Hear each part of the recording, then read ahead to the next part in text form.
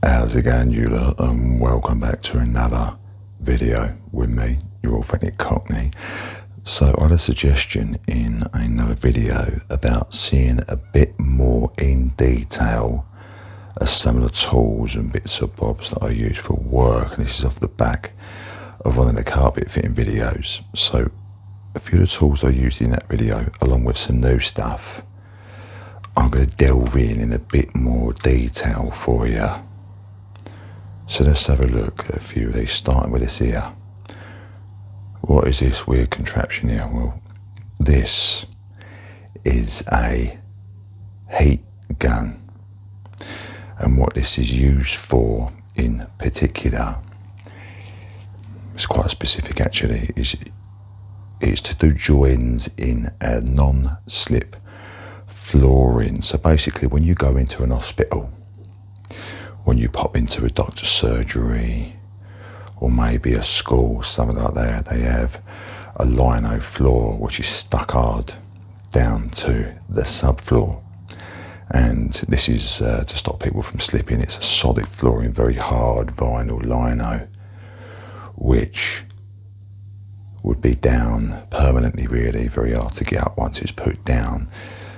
And this is used to heat up the material, the plastic in the joins. I'm going to show you what I mean by that. I'm going to put that out slightly and then bring this in. What we do is heat up this material here. This is sort of a silicone plastic material, and what this does is it goes on the join in between the joins of the lino to seal it off, because we need to make sure we seal it.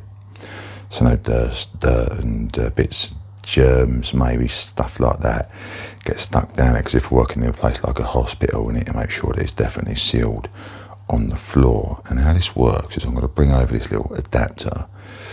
So I've got this bit here. Now, I'm missing the adapter bit to the end of here, but this would go on the end like that. Okay. Then once that is on the end of this, we would switch this on here, and then we'll designate the heat, the level, the temperature of the heat coming out of this gun. It heats up a lot, it gets very hot on this bit here. As you can see, there's some melted plastic on here which is on there and can't really come off because it's stuck, but you've got to watch yourself once it's hot, because it gets very hot indeed. And obviously I have burnt myself on here a couple of times, I ain't gonna lie. You designate the temperature, and then what you do is once that's hot and running, this would be on the end, and you would feed this into here like that. And you would come along the join of the lino,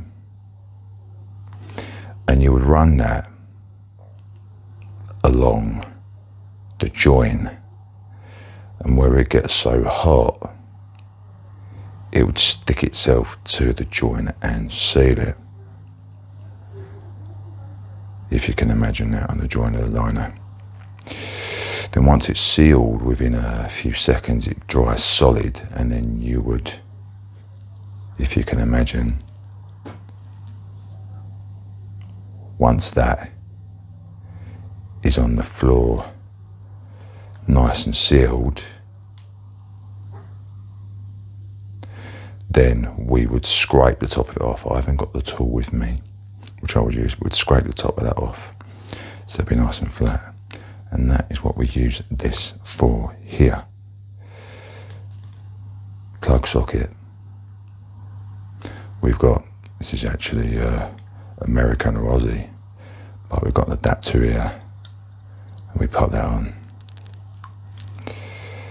And then we're going to plug it into our English plug socket, British plug socket. So that's the heat gun. That's what it's used for. I might at some point in the video demonstrate that to you, so you can see how that works. delicate, got to be careful with it. Watch don't burn yourself. So I'll take that out of the way. And this as well. And take you on to something a bit more simple. This here is basically a glue comb. It's a little bit rusted, it's got a little bit wet. It was in the van, it ain't actually been used that much, but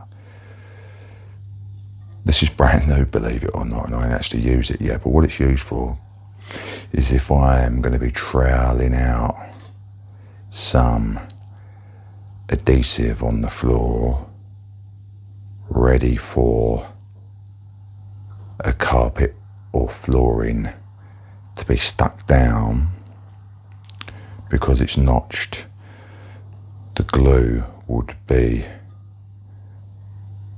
troweled out in lines, which makes sure there's enough adhesive to stick the flooring or carpet down that I'm using. And that's a nice little tool there. That's for more smaller areas. You can get it in a bigger trowel, but that's for sort of smaller areas. And like I said, I haven't used that yet. That's brand new, but it is a bit rusted already, just because it's got a little bit wet. But it's like the shape of a comb, quite comfortably, just using it on your hand like that. A nice slow, consistent motion, you know what I mean? Just troweling that glue out on the floor like that. And then we would get the floor and we'd stick it on top like that, and we'd run over it, with what I'm going to show you in a moment, to stick that down. So that's your glue comb. Next up, if anyone might be interested in a bit of that, this here, I did use a bit of this in the carpet fitting video. This is a bit of spray contact adhesive. Now, if you're a bit of a DIYer, this is quite a light adhesive, but very convenient. Just spray it out, give it a few seconds to go tacky, and that will hold a lot of stuff. This is no nonsense. Contact spray adhesive, you get it here in England, but I do believe you can get it in most places, most countries, if you're not from the UK. So if you was, I'll tell you the strength of that glue roughly. Basically, if you was going to have, I don't know, maybe a light picture, maybe even a photo, but maybe not on a frame, it ain't as strong as that, but you could definitely stick bits of paper, things like that with that, bits of material, bits of cloth, to a wall maybe. So, in a bit more detail, that's the adhesive. So I used that in the carpet fitting video.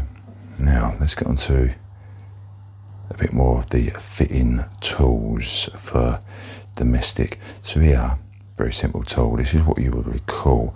I call it a hook knife. Now, what this is used for is the smaller bits of tucking down a carpet. This is what I use it for. So say I was coming to a door architrave and it was a bit more narrow to try and get that down, I'll actually use that to tuck that in. And also when I get to the strip, the door strip of a doorway, a door bar I call it, I might show you one of these one day and show you how I would put it into a door bar for a future video, but I would actually tuck that into a door bar. So if you can imagine, I've cut the carpet and we're tucking into a double-edged door bar. Just quite consistent motion, making sure that goes in nice, you know what I mean? And we tuck it into the door bar like that, but you can also use it to tuck other edges around. It's actually referred to as a lino cutting knife, but I've never used that to cut lino. I don't think I could. I call it a hook knife. So there you go. Quite a simple little tool, but used often. this is a little bit of wear and tear on this. A lot of wear and tear actually. Now this would actually be a bit more square, but I've used it so much the plastic's probably worn off and made it nice and circular. But this is a carpet tucker. This is an official carpet tucker. I've used it for carpet tucking alone. It's made of plastic, white plastic. Can't really use it for anything else other than tucking carpet down between skirting. And it's white for a reason, because the skirtings are mainly white, so we don't want to be marking the skirting as we're tucking down. So we make sure that we've got a white plastic bolster there. And as you can see, it's got bits of glue. It's really worn. I've had it quite a few years. It's probably time for a new one. A bit of an update, but there is your plastic carpet tucker. Here we've got a junior hacksaw, pretty simple. I do have a bigger version of an hacksaw. I use this sometimes for cutting door bars normally that go in between the doorway to separate carpets or other bits of flooring. Orange handle, pretty simple, made of metal, hold it like that, and we would cut quite slowly, just carefully going down the line that we've made, that we've marked out in the door bar, you know what I mean? Consistent with that cutting motion. And we can change that. It's quite a fine blade, it's not too sharp, but we can change that blade pretty easily when it gets a bit too blunt from too much cutting. Pretty simple little tool, use that on the daily though. Next here now, there's quite multiple uses for this. This is a metal bolster. Now, with the plastic, as I'll bring that back in a sec, can use both for tucking down carpet.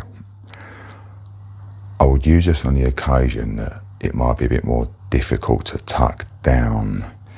Say we've got a thicker bit of carpet and it's been a bit stubborn of tucking down. This is a bit more weighty, this is more heavy, this metal bolster. So I'd bang it down more into the gripper to make sure I get that in, you know what I mean? But I'll try not to use it if I can, because if I'm against the skirting, I may mark the skirting. Also, what I use this for is to bolster in stairs, and I might show you that in a video soon, me fitting a staircase or partially.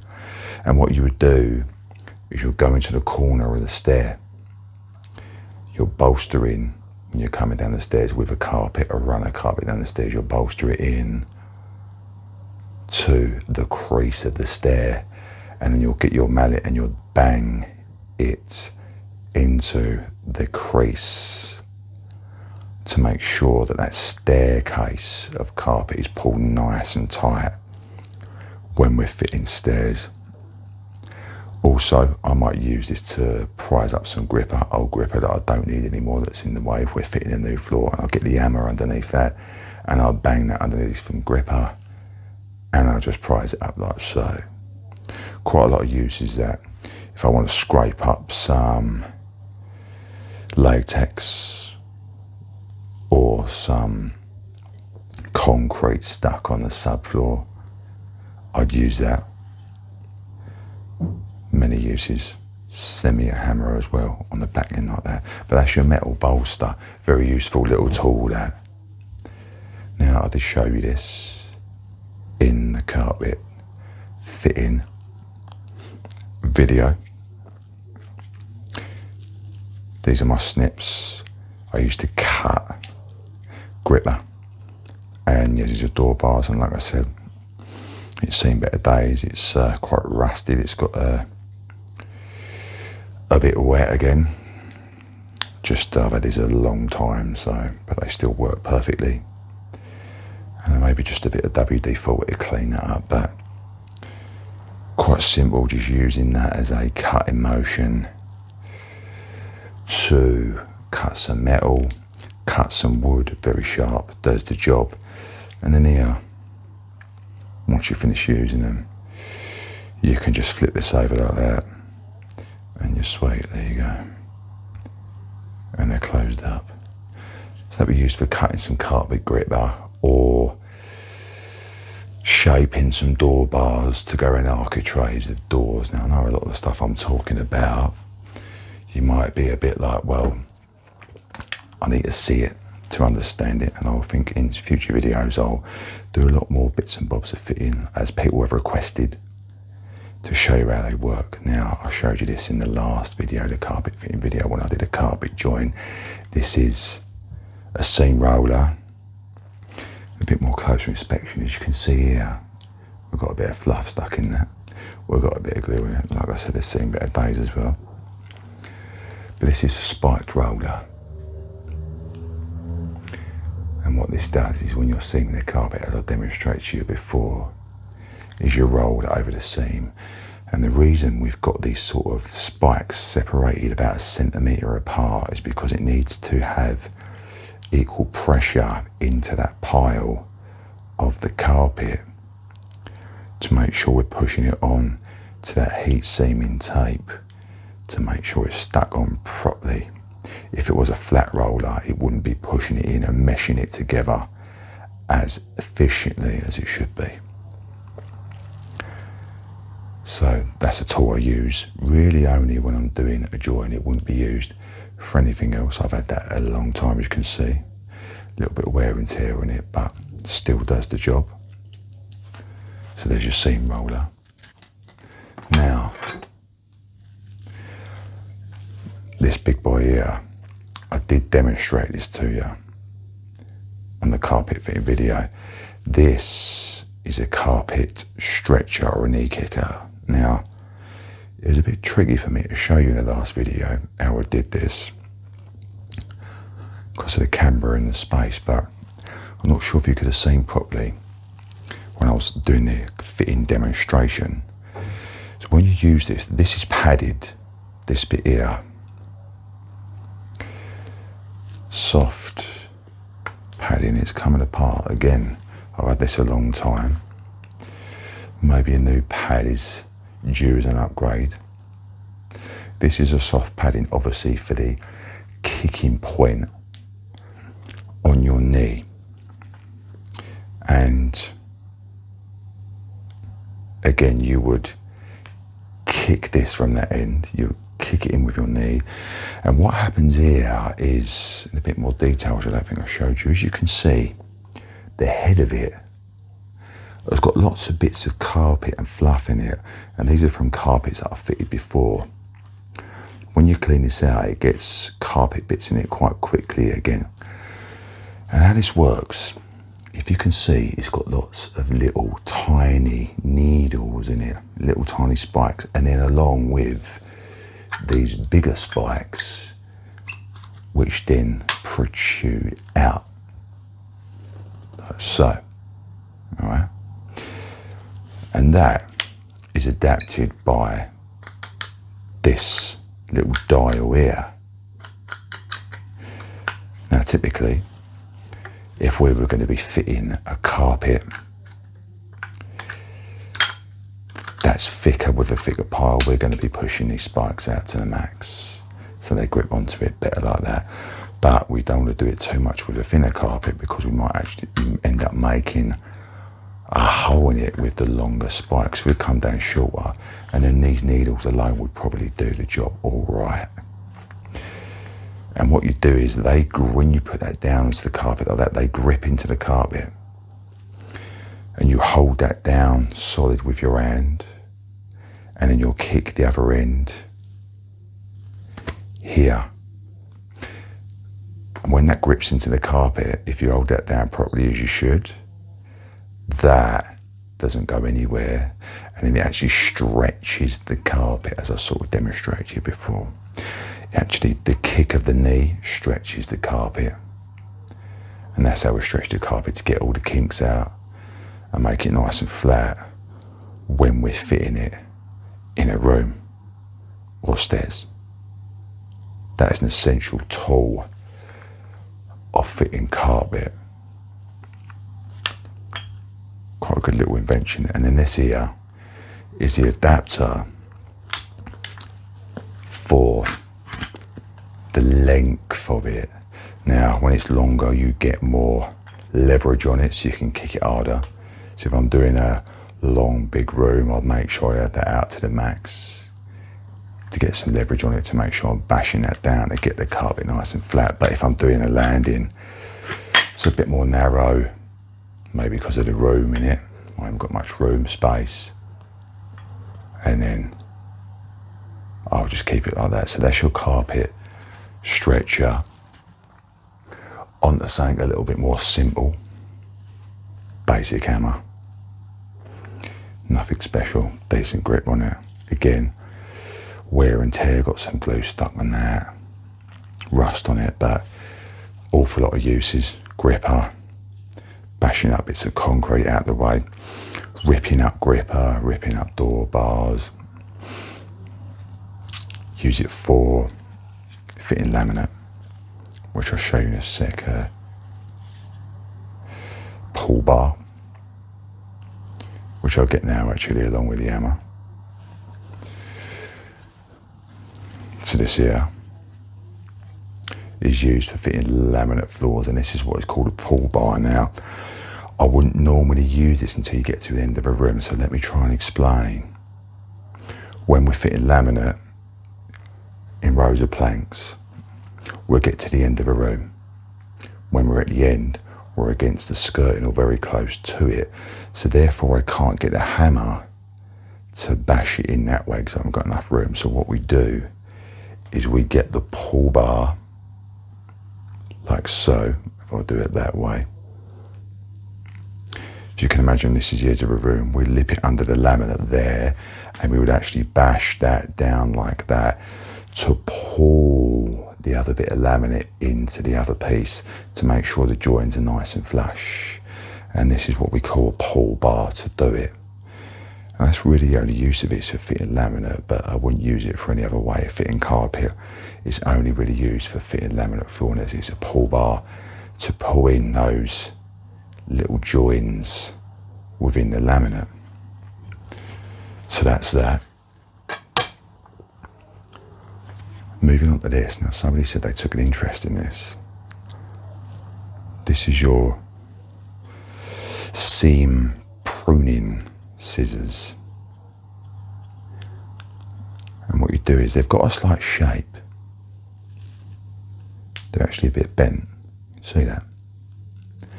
And the reason they're a bit bent is because if they were flat, I wouldn't be able to get my hand right down low to the floor, but because they've got a slight bending, I can actually get it dead flat to the floor to make those trims, and my fingers are free and I'm not getting in the way of the floor to make those trims. And as you saw in the joining video, I made a join and then I pruned off the excess tufts of the join with these, and that's specifically really what they're made for, the sort of pruning scissors.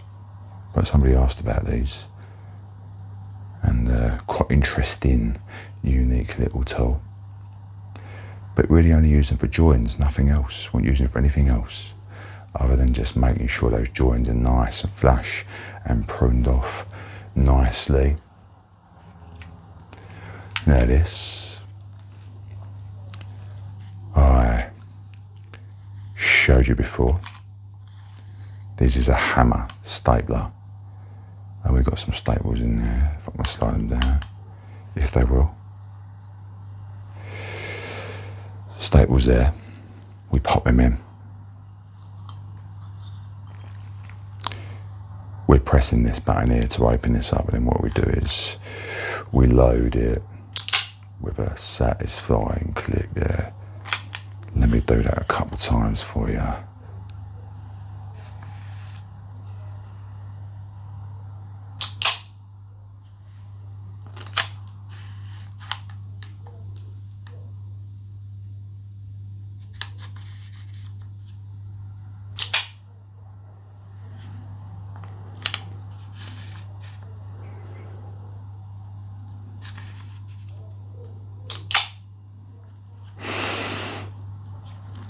And how we use this, as you've seen before, is that we would use that to bang down like that when we're stapling in underlay. Rather light material. That's all you use it for really most of the time, is underlay. It's not strong enough, the staples, to put into a carpet. If you was doing a ball nose stair, which is the bottom stair, the curved one of a staircase. So there's that. And then we come on to this bad boy here, which is something I use all the time when I'm doing a laminate floor. This is a jigsaw, silver line jigsaw. And how would you use this? Is I'm cutting the boards for a laminate. As you can see, it's got a blade on it there. That goes up and down very fast. Obviously, to cut the laminate boards, I would mark off a bit of laminate where I'm going to cut it with a pen or pencil. And then this button is to turn on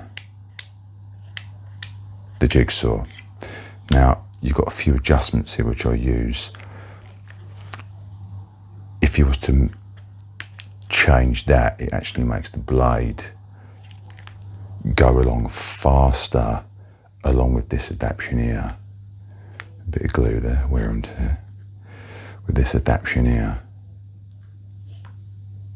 But what I normally do is I do it on a lower setting, so it takes a bit slower to cut the laminate floor. And the reason for that is because if you go too fast, it can splinter it, or the top layer of the laminate can break slightly and chip, and it can damage it. So it's sometimes, if you're going to be cutting wood, a bit of ply, which it doesn't matter too much, you have to be as meticulous with it.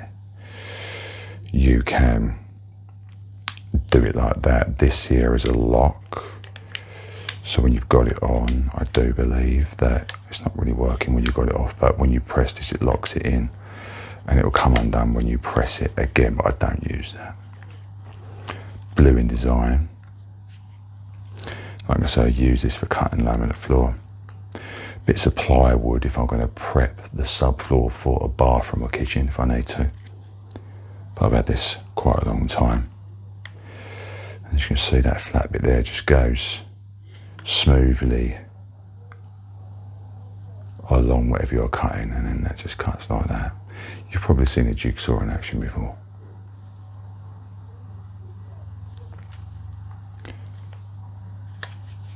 So there you go. There's a few tools that I use in a bit more detail. I use many tools, a lot more than I've got here. So if you did like that, give us a shout and I can show you some more in meticulous detail in another video. But other than that, take care, cheers, and I'll see you in the next one. Ta.